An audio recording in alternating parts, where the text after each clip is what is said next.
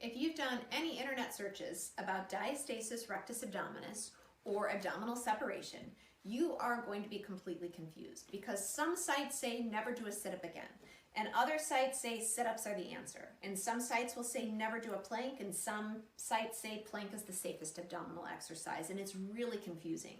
And I get clients that call me all the time asking, is such and such an exercise a safe exercise if I have abdominal separation? And the answer is it depends. There's a couple of things that you need to think about because it's all about how you're managing the pressure inside your body.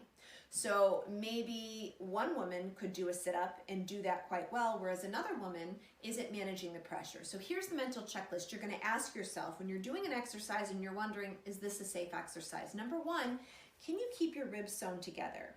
If you're doing the exercise and your ribs pop open, you know that you're not managing the pressure in your core. So that's the first thing. Second thing is, can you hug your belly in? If you feel like you're doing an exercise and it's pooching your belly out, or you're seeing a cone or a doming of the abdominals, it's a sign that the intra-abdominal pressure you've introduced is too great for that connective tissue.